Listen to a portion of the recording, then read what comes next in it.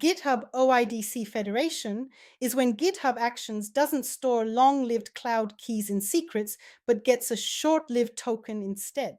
The old way is risky. You store a long-lived key directly in GitHub secrets for months. With OIDC, a token is issued only for the duration of the job and expires immediately. It's the GitHub security standard.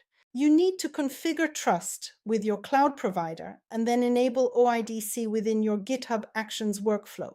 The minimal setup requires the ID token, write permission. This allows the job to request an OIDC token from GitHub.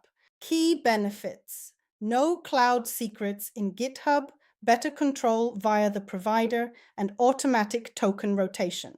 It works seamlessly with AWS, Azure, Google Cloud, HashiCorp Vault, and Cloudflare.